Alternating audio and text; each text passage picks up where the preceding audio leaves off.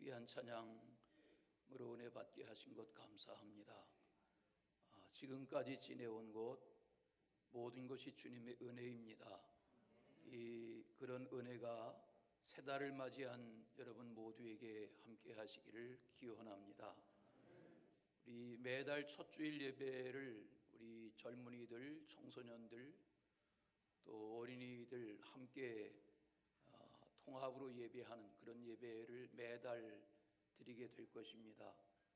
우리 가능하면 부모님들이 자녀들 곁에서 함께 손잡고 예배하는 그런 예배가 이어질 수 있기를 바라고, 또 성경적으로는 유대인들의 예배가 그렇죠, 3대 예배를 하죠. 할아버지, 할머니, 엄마, 아빠, 손자, 손녀 같이 한 공간에서 예배하는 것이 유대인들의 정통 예배였습니다. 미국 교회들도 보면 교회 학교 어린이들 따로 보내지 않고 이 교회에 같이 예배 시간에 예배에 참여하게 하고, 담임 목사님이 여기 앞에 계단에 쭈그리고 앉아서 교회 학교 아이들, 미국 교회는 다 카페트로 되어 있으니까 카페트에 불러내서 앉혀놓고 어린아이들에게 어른들 예배 설교 5분 동안 축약해서 전하고, 선생님들이 손잡고 각 방에 데리고 가서 예배하고, 그런 모습을 본 기억이 있습니다. 이 연합 예배가 자녀들과 함께 잘 자리매김하는 그런 예배의 날들이 되기를 기대합니다. 예레미야의 이름인 아르메야라는 뜻은 여호와께서 높이신다, 그런 이름 뜻을 가지고 있습니다. 하나님은 베냐민 지파 사람이었던 hil기야라는 제사장의 가문의 아들인 예레미야를 20살 때에 나라의 선지자로 택하셨습니다. 평생토록 오래도록 선지자로 쓰임 받았습니다. 예레미야에게 말씀하신 말씀의 기록인 이 예레미야서는 이사야서와 더불어서 방대한 분량의 선지서로 자리매김하게 됐습니다. 남왕국 유다의 므낫세라는 극악한 왕이 통치하던 때에 예레미야가 태어났습니다. 그 후에 요시야가 왕이 되어서 아버지의 때의 악정을 후회하며 말씀을 회복하고 하나님의 율례를 회복하고 성전 제사를 제사답게 회복하고 하는 그런 하나님의 마음에 드는 세상을 가꾸어 가려 하던 13년째 되던 해에 하나님이 어느 날 예레미야를 부르셔서 선지자로 세우신 여호와의 말씀이 임하니라, 이렇게 시작되는 하나님의 말씀이 그에게 임함으로 선지자의 삶이 시작되는 그런 내용을 오늘 이 1장에서 접하게 됩니다.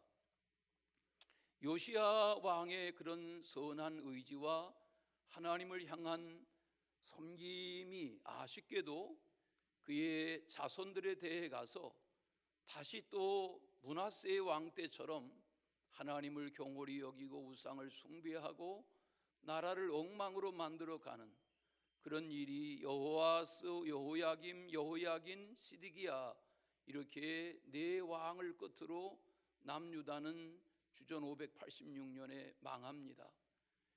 이미 140년 전에 북왕국 이스라엘이 멸망한 후에 하나님이 예레미야 같은 신실한 선지자를 세우셔서 너희도 하나님의 뜻대로 살지 아니하면 멸망당한다, 그런 경고의 말씀을 계속 예레미야를 통해서 반복해 주셨음에도 불구하고 깨닫지 못하고 회개하지 못하고 돌이키지 않던 그런 시대에 남유다도 멸망하고 마는 그런 시대적인 불운에 대한 예언이 예레미야서에 담겨 있습니다.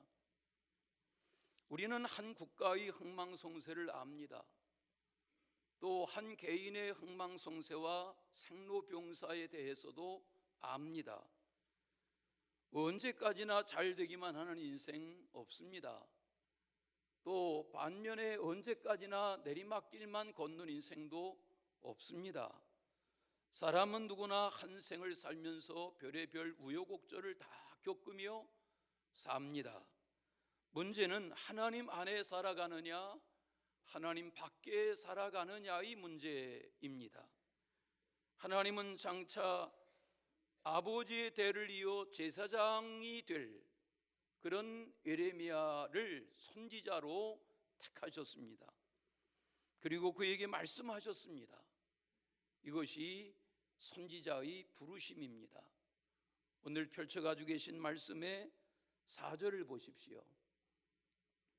여호와의 말씀이 내게 임하니라. 이것은 선지자의 부르심을 말하는 것입니다. 선지자는 자기의 생각, 자기의 견해, 자기의 입장, 자기의 주장, 자기의 경험을 말하는 자가 아닙니다.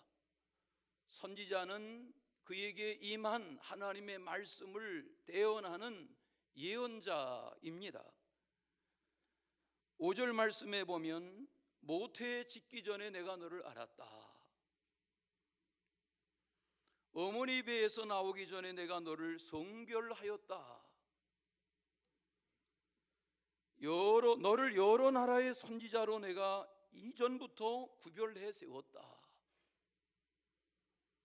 이 말씀은 예레미야가 스스로 선지자가 되려 해서 된 것이 아니라 하나님의 예정과 섭리 가운데 하나님이 택하여 선지자로 쓰셨다는 것입니다. 이는 하나님의 시대에 하나님의 현장에 하나님의 일방적인 선택에 의한 것입니다. 하나님의 사람은 내가 하나님을 택하는 것이 아니라 하나님이 나를 택하여 세우시는 것입니다. 요즘 수요일마다 접하기 시작하는 에베소서의 말씀이 그것입니다.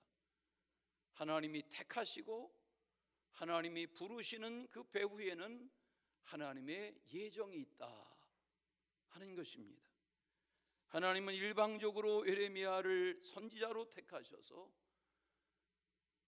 하나님을 거역하며 살아가는 남유다의 운명에 대하여 예언하실 뿐만 아니라 주변 나라 열방에 대하여 예언하게 하신 그런 말씀이 이 예레미야서에 가득 담겨 있습니다.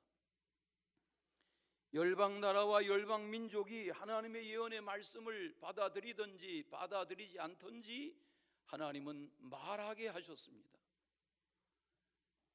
남유다와 열방의 나라들이 하나님의 말씀을 믿든지 믿지 않든지 하나님은 예레미야로 하여금 선포하게 하셨습니다. 그러므로 하나님의 예언의 말씀 가운데 우리는 하나님의 섭리와 경륜과 계획을 깨닫게 되는 겁니다.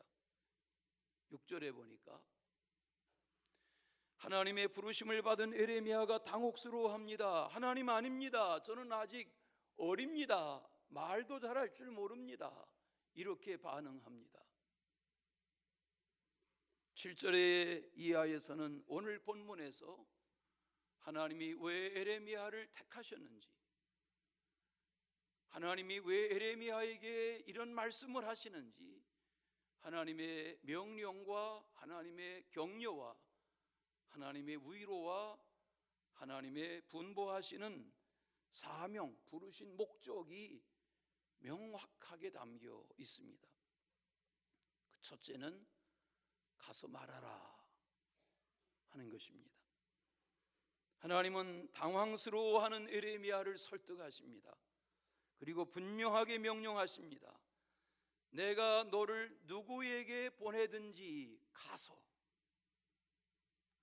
내가 너를 누구에게 보내든지 가서, 내가 내게 무엇을 명령하든지 말하라. 가서 말하라는 것입니다. 누구에게든지 어떤 상황에서든지 가서 말하라 하는 것입니다. 어느 시대에 누구나 다 마찬가지입니다. 구약의 수많은 선지자들 마찬가지입니다. 신구약 시대에 하나님의 부르심을 받았던 인물들 마찬가지입니다. 모세는 80세 되던 해에 호렙산의 떨기나무에 불붙는 환상 가운데 하나님의 부르심을 받고 120세까지 쓰임을 받았습니다. 기드온도 하나님의 그런 택하심을 받았습니다. 사울왕도 마찬가지, 솔로몬 왕도 마찬가지였습니다. 사도 바울도 마찬가지, 예수님의 제자들도 마찬가지였습니다. 하나님이 택하시고 부르셔서 하나님이 하려 하시는 말씀을 주시고 가라, 그리고 말하라, 이렇게 분부하신 것입니다. 하나님은 나보다 나를 더 잘 아십니다. 그러므로 나를 향하신 하나님의 부르심에 순종하는 것, 이것이 신앙생활입니다. 예수님을 대했을 때 베드로가 주님, 나를 떠나소서, 나는 죄인이로소이다, 그렇게 반응합니다. 그런데 예수님은 저를 제자로 택하십니다. 베드로는 조상대대로 갈릴리 해변에 살면서 아버지의 대를 이어 물고기를 잡아 생계를 이어가던 어부입니다. 그런 저에게 주님이 나를 따라오너라, 내가 너로 사람을 낚는 어부가 되게 하겠다 하고 부르신 것입니다. 사도 바울의 부르심도 마찬가지죠. 디모데전서를 읽다 보면 1장 13절에 나는 비방자요 박해자요 폭행자였다, 그런 형편없는 사울을 부르셔서 하나님이 가서 이방의 복음을 전하는 자로 택하여 쓰시고 다메섹 체험 이후에 성령의 사람 부활의 증인되게 하신 것입니다. 그릇이 중요한 것이 아니라 그릇에 담긴 내용이 중요하죠.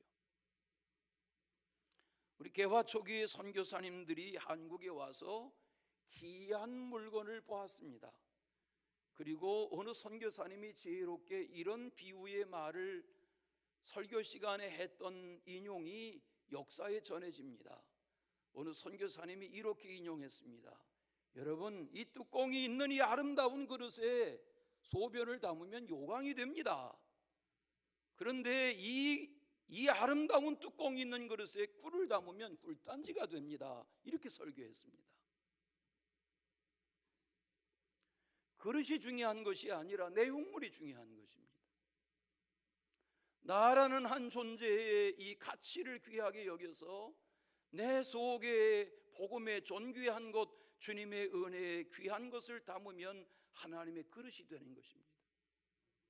그런 나를 함부로 구리면, 나라는 존재를, 나라는 그릇을 함부로 대하면 그런 엉망인 인생이 되고 마는 것입니다. 밭에도 장미를 심어 가꾸면 장미꽃밭이 되고 엉겅퀴씨를 뿌리면 엉겅퀴밭이 되고 말 것입니다. 선을 담으면 선한 병기가 되고 악을 담으면 악한 병기가 되는 겁니다. 주님은 우리 각 사람을 택하심 받은 그릇으로 비유했습니다. 디모데후서 2장에 그런 이야기가 뭡니까?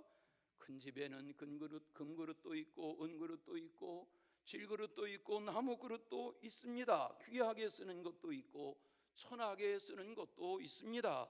그러므로 누구든지 이런 것에서, 잘 들어보세요, 자기를 깨끗하게 하면 귀히 쓰이는 그릇이 되어 거룩하고 주인의 쓰심에 합당한 모든 선한 일을 준비하는 그릇이 됩니다. 바울의 그런 이야기입니다. 그렇습니다. 인생이 그릇이라면 나라는 이 그릇이 주님에게 어떻게 쓰임받느냐에 따라서 내 인생의 값어치는 달라지는 것입니다. 하나님은 우리 각 사람에게 말씀하십니다. 예레미야에게 하신 말씀, 가서 말하라 하고 말하시는 것입니다. 마태복음 28장 마지막 부분에 나오는 19절 20절의 유명한 예수님의 선교 대우임 명령을 우리는 압니다.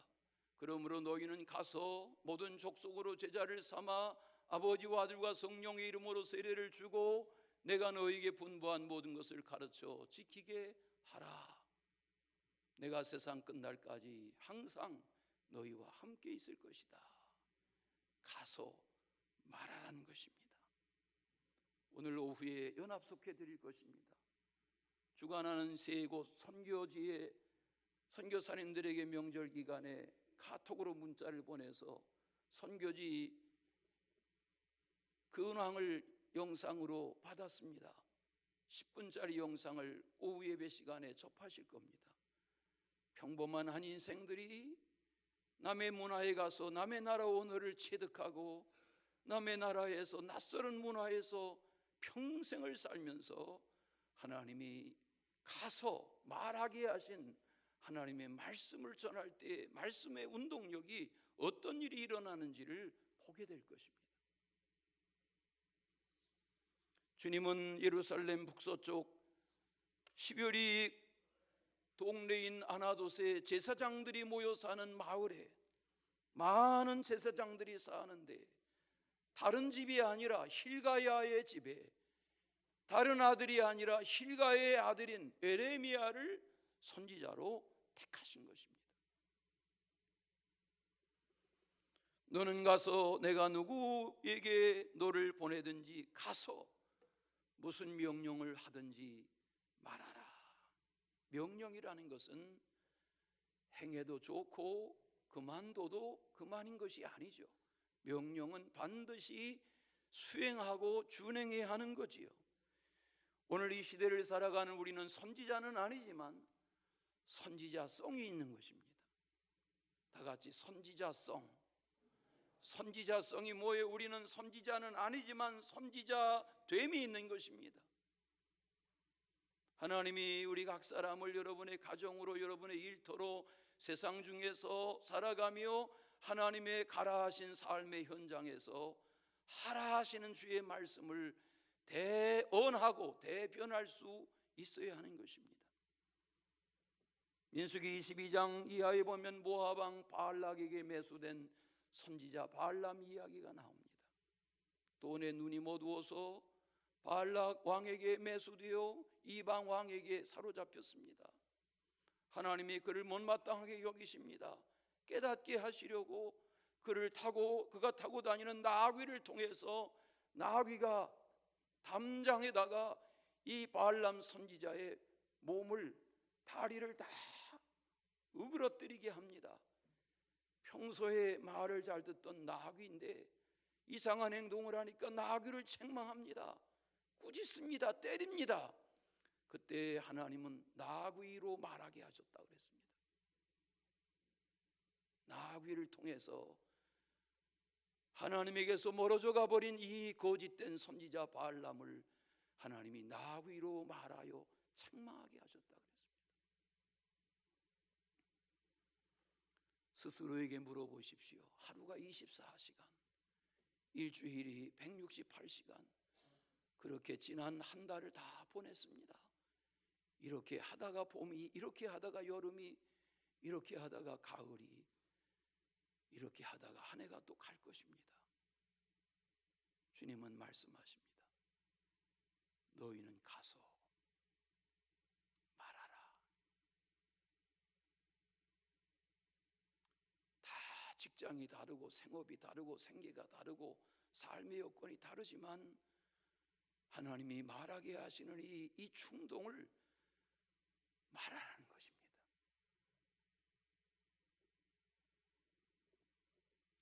그것이 선교의 통로가 되고 복음 전파의 비용기가 되게 하는 것입니다. 아시죠? 베너라는 작품은 성경을 부인하고 하나님을 부인하려고 하던 한 사람이 하나님을 부인하려 하다 보니까 성경을 알아야 되겠어서 성경을 접하다가 결국은 하나님의 말씀에 감동되고 성경을 부인하려 하고 하나님이 없다 하려 하던 저가 베너 같은 역사적인 작품을 세상에 내어놓았습니다. 저는 저희 교회 성도들이 어른아이 하나님의 가라 하시는 명령, 말하라 하시는 분부가 깨달아지시기를 바랍니다.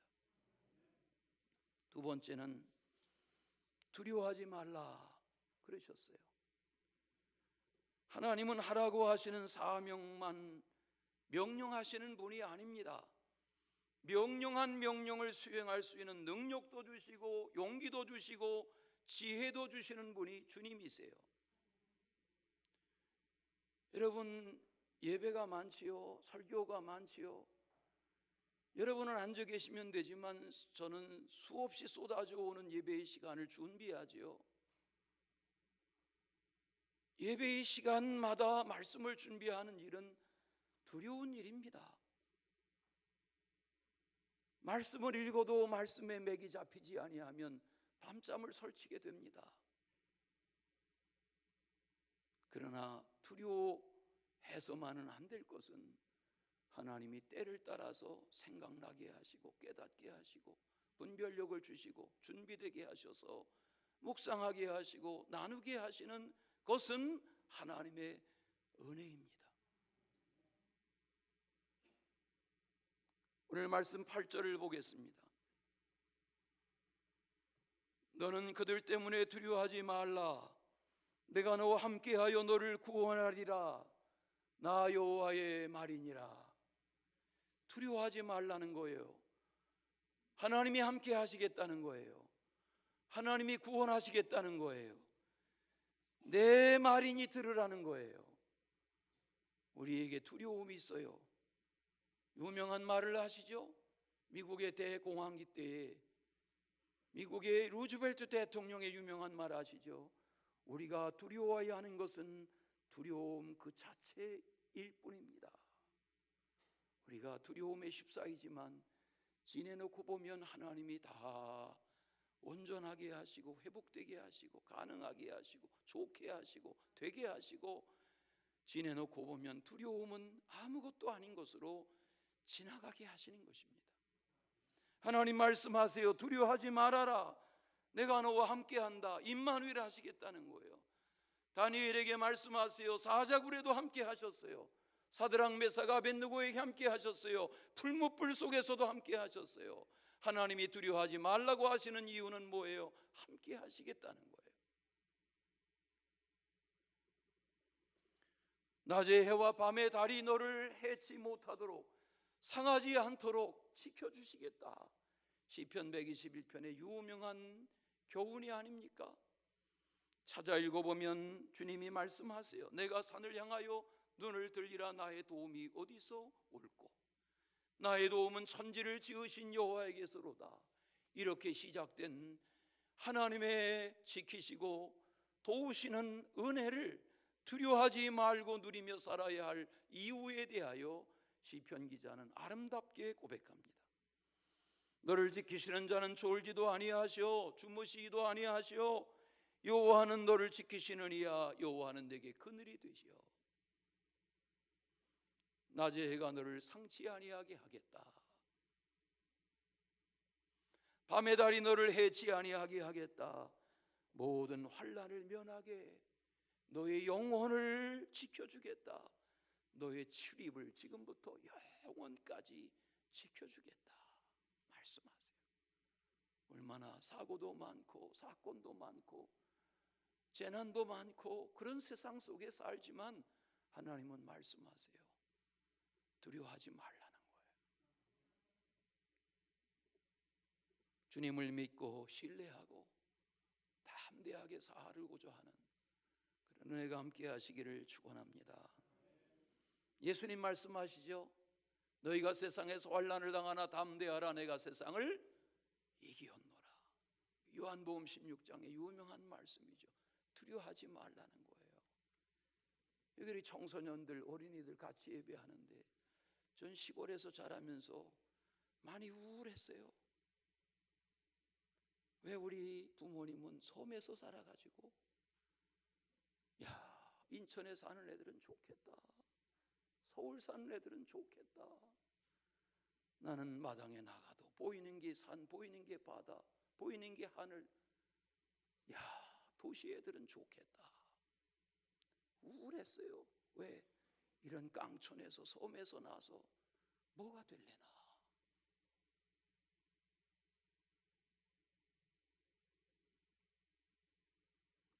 남들은 다 서울대학교 가는데 나같이 지방신학교 나와가지고 내가 뭐가 될래나.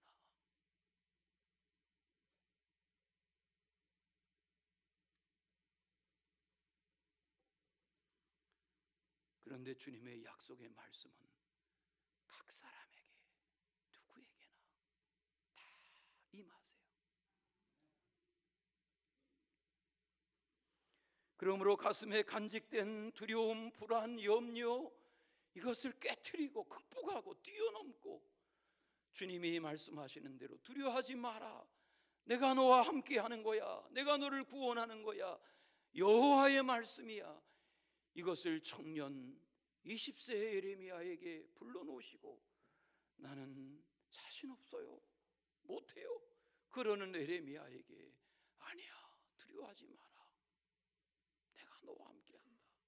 그리고 말씀하세요. 이사야 41장 10절 말씀, 유명한 말씀이죠. 화면에 한번 띄워주세요. 같이 한번 읽겠습니다. 다 같이. 두려워하지 말라. 내가 너와 함께 함이라. 놀라지 말라. 나는 네 하나님이 됨이라. 내가 너를 굳세게 하리라. 참으로 너를 도와주리라. 참으로 나의 의로운 오른손으로 너를 붙들리라. 잘 보세요. 화면을 보세요. 두려워하지 마라. 놀라지 마라. 내가 너와 함께 할게. 나는 네 하나님이야. 내가 너를 굳세게 할게. 내가 너를 도와줄게. 내가 나의 의로운 오른손으로 너를 붙들어 줄게. 이 말씀을 하시는 거예요. 우리 장모님 95세 되셨어요. 금방 돌아가실 것 같아요. 명절에 잠깐 가서 뵀어요. 이 말씀 제일 좋아하세요. 손자들한테 5만 원짜리 한 장 넣어서 생일 때마다 이 말씀 적어주세요. 두려워하지 마라. 빈털터리로 피나나서도 다 하나님이 먹이시고 입히시고 세우시고 하신단 말이에요. 제가 목사가 사위 됐을 때 저를 제일 좋아하셨어요. 근데 우리 막내 처제가 선교사 남편하고 결혼하고 나니까 선교사만 좋아하시네. 예?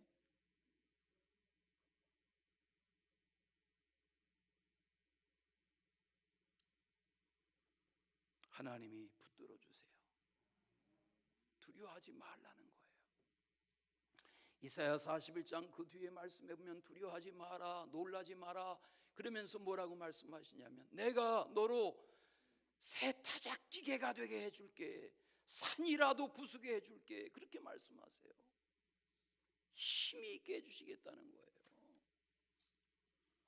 잘 되실 줄로 믿습니다. 잘 되시기를 바랍니다. 주 안에 말씀을 따라 어떤 형편 속에 살아가실지라도 스스로 낭망하지 마시고 나는 이렇게 살다 끝낼 거야, 그게 아니라 하나님이 새날 보게 하세요. 점점 새날 보게 하세요. 엊그제 뉴스 보셨습니까?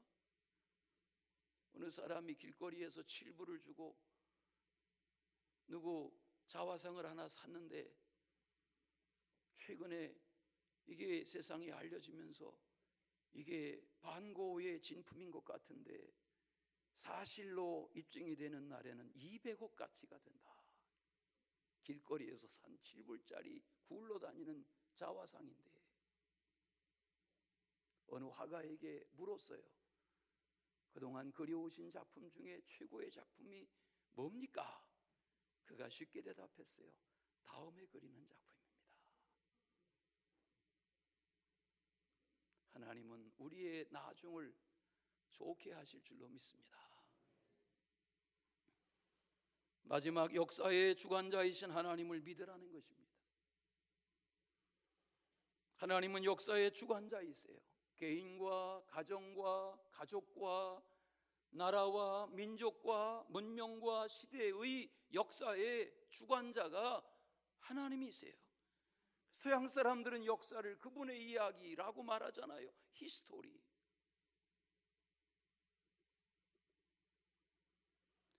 말씀해 보세요. 하나님은 왕을 세우시기도 하고 폐하시기도 하세요.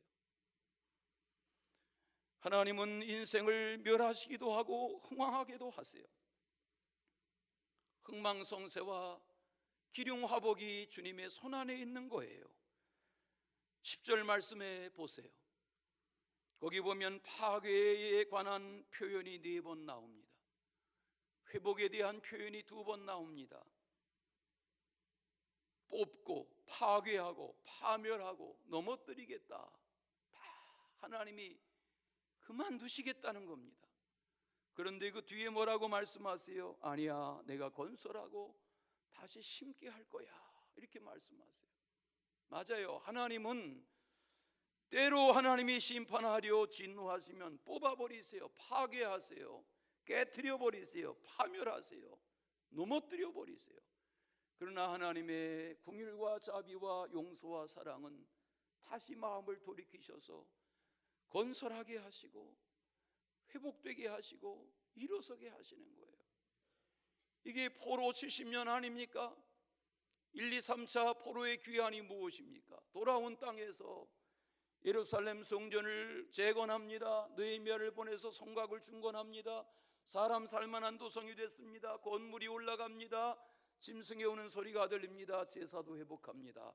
그러나 중요한 것은 무엇입니까? 지리적인 회복이 아니라 하나님을 향한 마음과 뜻과 정성이 주님을 향하여 돌이켜지지 않으면 지리적인 회복, 공간의 회복을 통해서 회복이라 할 수는 없는 것입니다. 우리는 영화나 드라마를 합니다. 거기에 주인공과 등장인물들을 통해서 희노애락을 경험합니다. 그러나 우리는 압니다. 작가의 의도입니다. 연출자의 작품입니다.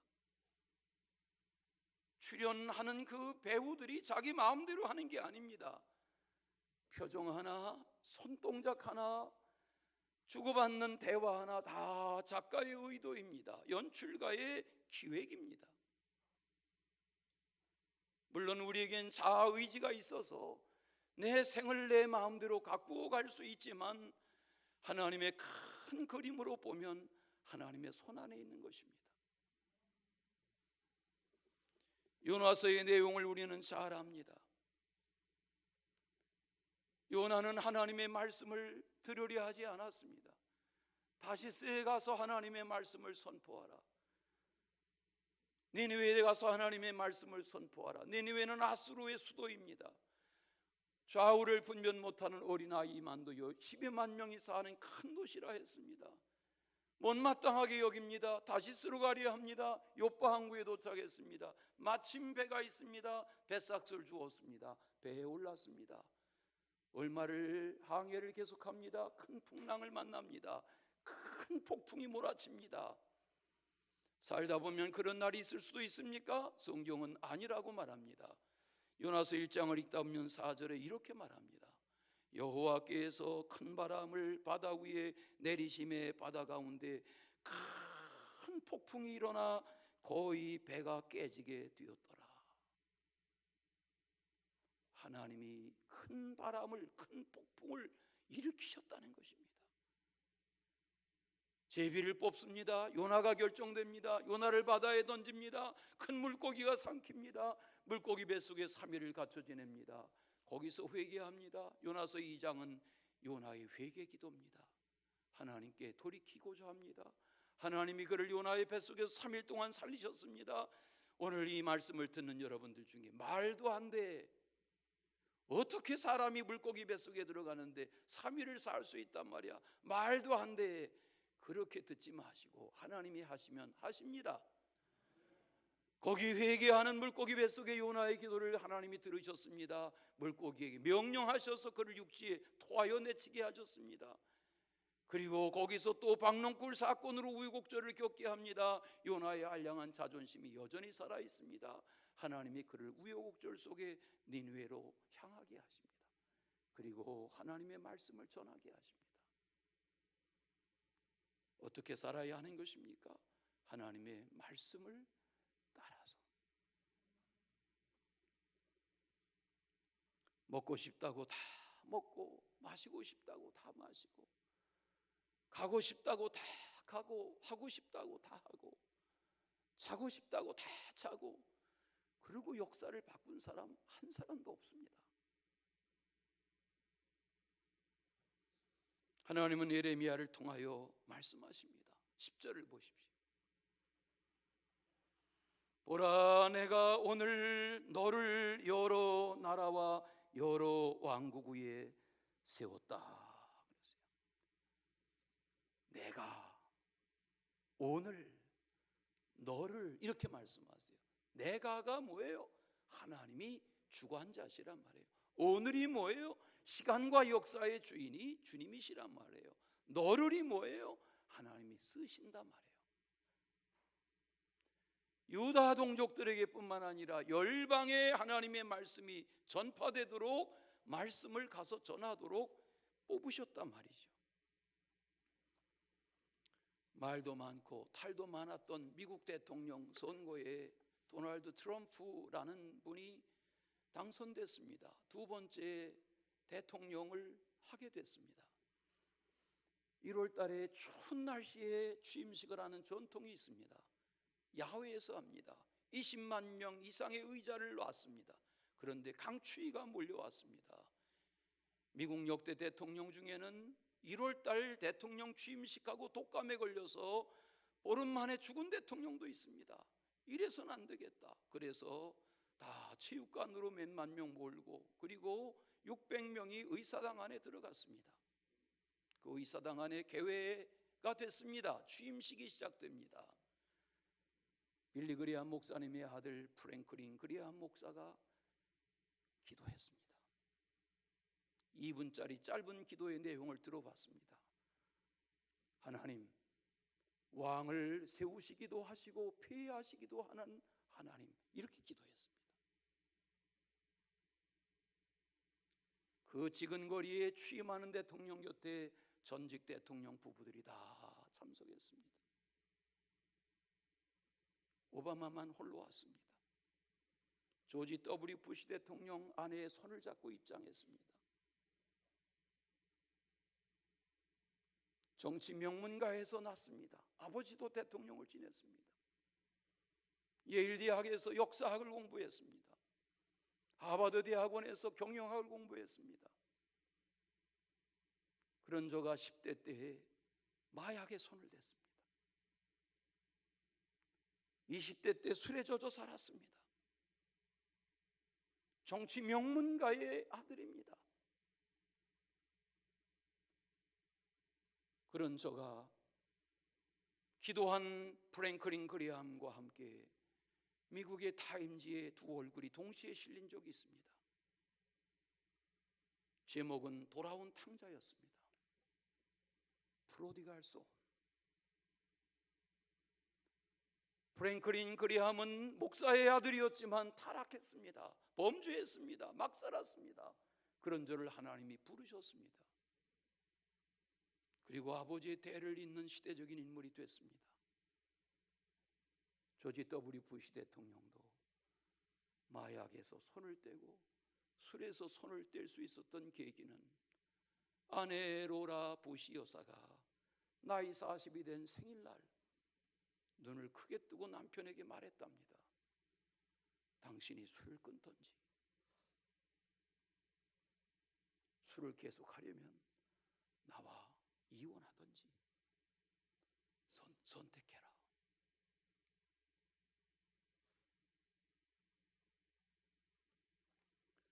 이 한마디가 조지 W. 부시를 바꿔놨습니다.